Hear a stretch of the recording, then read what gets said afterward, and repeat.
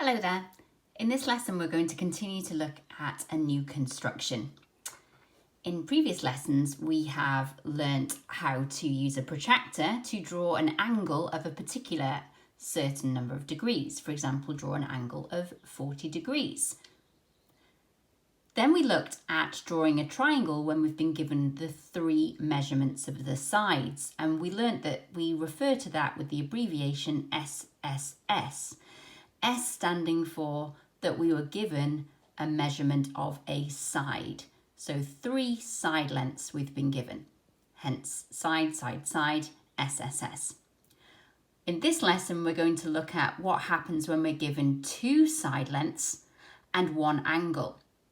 So let's just recall what a triangle looks like. A triangle has 3 sides and 3 angles at each of the vertices.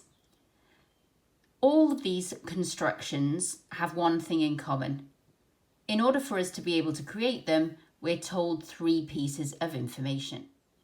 As we just discussed, we might be told all 3 side lengths, or we might be told 2 side lengths and 1 angle, or we might be told 2 angles and 1 side. Hence where we have these other 2 new abbreviations, SAS and ASA. So when you see an S, it stands for we know a side length. And when we see the letter A, it stands for we know an angle. And in case you're confused or find it difficult to remember these, it's always 2 of the same and 1 of the other. And we put the 2 of the same on the outside. So 2 S's and 1 A. 2 A's and 1 S. And in this lesson, we're going to look at construction 11, which is SAS, side, angle, side. In other words, when we're told what the measurement of 2 of the sides have to be and 1 angle. So we have enough information. We've been given 3 pieces of information, and that's all we need to be able to construct our triangle. Remember that when we make constructions that they are super accurate.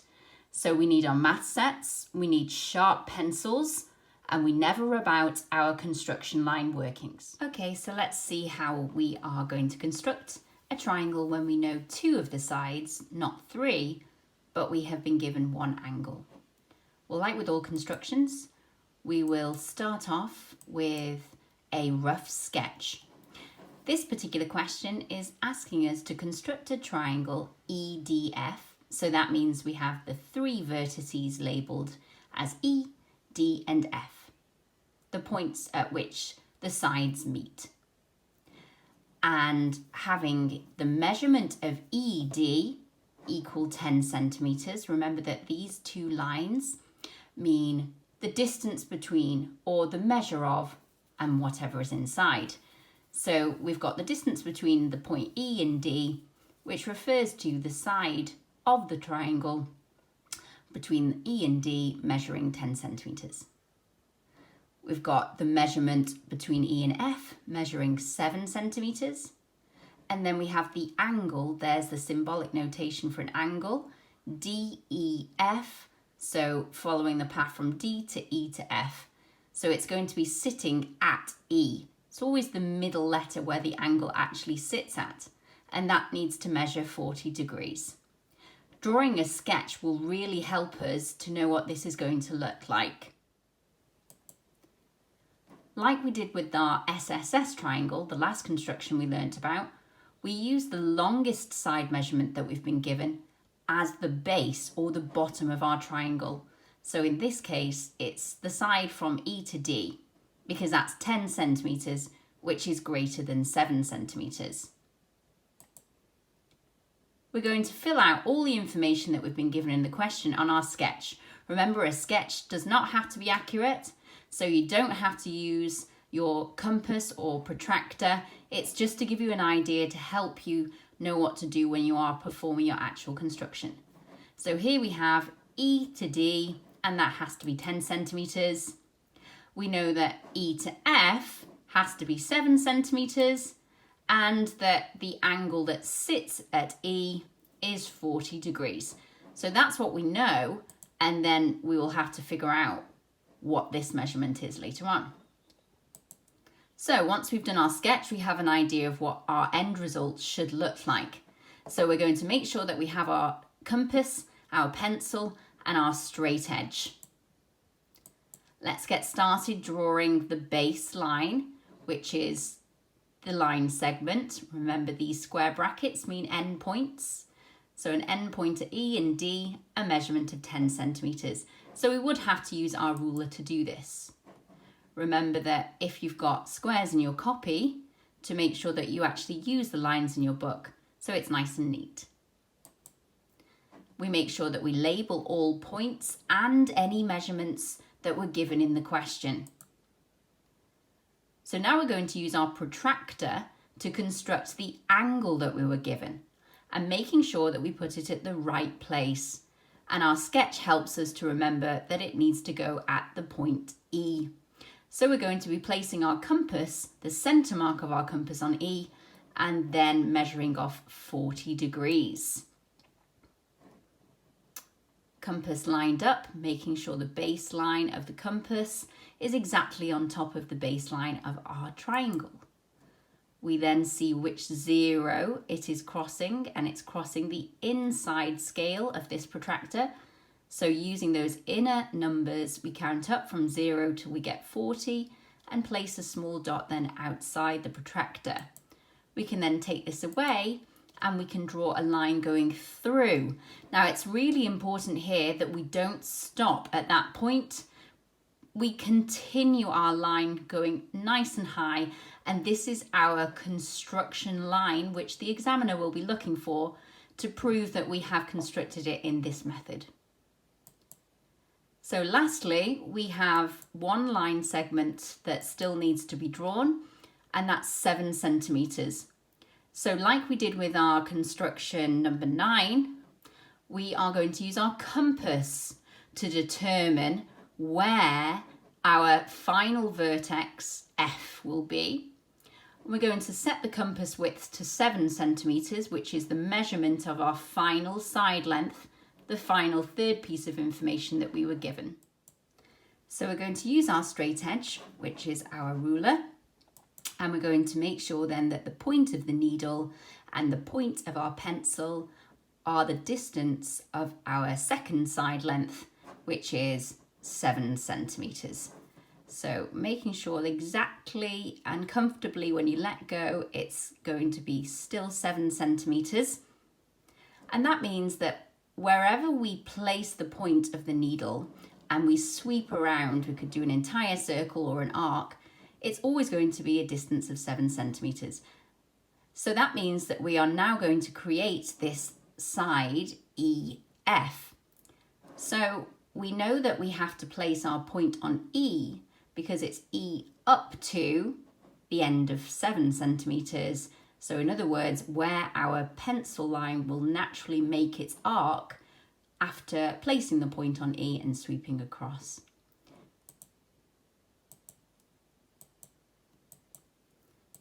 We sweep across, and that tells us that this, where the intersection is, this point here, this point of intersection must be the vertex F, because that's 7 centimeters from E.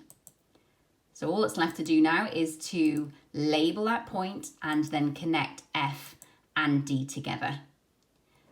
Remember that we must always write our points, and they can be done in pen. They must be capital letters. And any information we were given in the question, so the 2 side lengths plus the 1 angle, those measurements must appear on your construction. And again, do not rub out the extra bit of side length that we have up here or the arc that we created with the compass, because that's your proof that you have constructed it accurately. So let's have a go at doing it ourselves. So first of all, let's draw our sketches. You can do this along with me in your notes copy. The end result then will be your example that you will be required to post on Google Classroom. Construct and we have the little symbol notation for triangle, ABC, so the 3 vertices, the corners, where each side meets are the points A, B, and C. And we are told that the measurement of the side that goes from A to C must be 12 centimetres. The side that goes from B to C must be 10 centimetres. And the measure of the angle BAC, so sitting at the letter A, is 50 degrees. So let's start off our sketch, remembering that we have the largest of our side lengths, so 12 centimetres is larger than 10. We're going to use this as the base of our triangle. So I'm going to start off my sketch not using a ruler. Again, remembering that this is not accurate, this is just for our guidance. Okay, so there we have our baseline, 12 centimetres, A to C. Now, if you want to use a ruler because it doesn't need to, then I would encourage that, but you're not measuring it. I haven't used a ruler just because I wanted to demonstrate to you that this is really rough. But it will look nicer in your copy, especially your notes copy, if you have used a straight edge at least. Okay, so the next thing is, let's have a look what else we've been given. That B to C is 10 centimetres. Well, that's the same as saying C to B is 10 centimetres. So we actually know what this side that's going to be up here is going to look like. And that the angle, 50 degrees, sits at A. So it should look something like this. 50 degrees at our point A.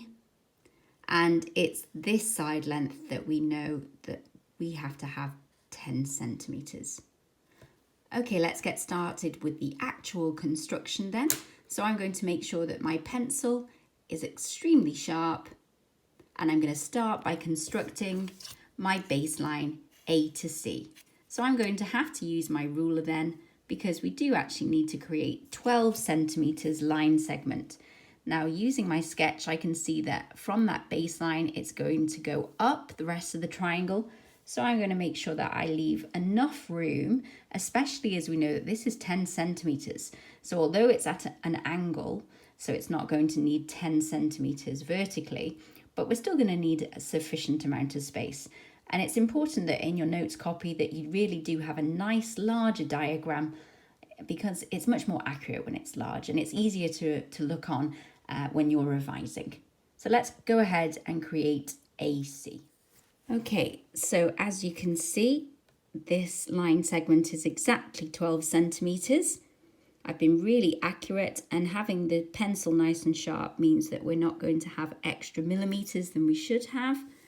And we remember that we have to label our points and the measurement because we were given that in the question. Okay, so next I'm going to draw my angle, and we recall that our angle sits at A because it follows the path from B to A to C, B to A to C, and that helps us know it's this arc here. If you have the symbolic notation, so the 3 letters like this, an angle is labelled with the 3 letters, it's also just handy to remember it's the middle letter where the angle sits at. So the middle letter is A, so the 50 degrees needs to be at A. So it's time to get your protractors out. I've lined up the vertex A, where our angle needs to sit, perfectly underneath the centre mark, so where this vertical and this horizontal line crosses on my protractor in the circular window, and made sure that the baseline of the protractor is exactly on top of the baseline of my triangle. Now, to know which scale I use, that same baseline will have to pass through the number 0. There's no baseline through this 0, but there is here. So this is the scale, counting up from 0. This scale, the inner scale, is what we're going to use. So it's rising up until we get to 50, and we're going to create a little tiny dot then really accurately outside of the protractor level with that 50, like this. Now we can then use our straight edge and we're going to connect, making sure that the pencil goes exactly through that point, not slightly to the left or slightly to the right. So we really have to be careful with lining up our ruler, and it also connects exactly at the point A. And we're not going to stop at that point. We're going to keep drawing right the way up to the top of the page that we have if it's an exam, in the space that we've been given, because that's part of our construction line, our workings. So we get marks for that. So notice, to make sure that my line really connected exactly at A and went exactly through that point, I actually had to keep the ruler slightly away from it so that the pencil itself, because there's a slight distance between the point of the pencil and the edge where it's placed against. So just be very careful of that, and you can see it continues right the way up. So all that's left to do now is, we know that point B must lie somewhere along there, but we don't know where until we figure out that we have a distance of 10 centimetres between C and the B. We certainly would not use our ruler and try and figure out where 10 centimetres is. We're going to use our compass. So let's get our compasses out. Let's make sure that they're nice and tight, that they don't wobble when we open them up.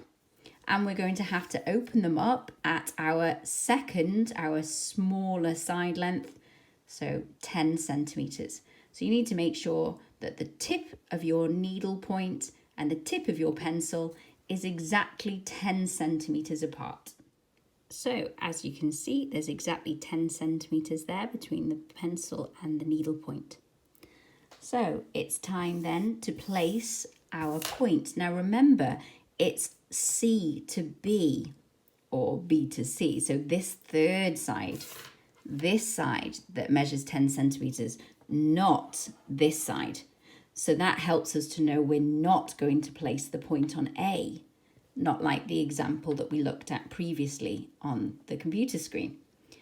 So I'm going to place my point on C, and wherever I sweep around, that is 10 centimetres. And wherever it will intersect this line created from the point A, that's going to be where our vertex B is. Now, there's my arc.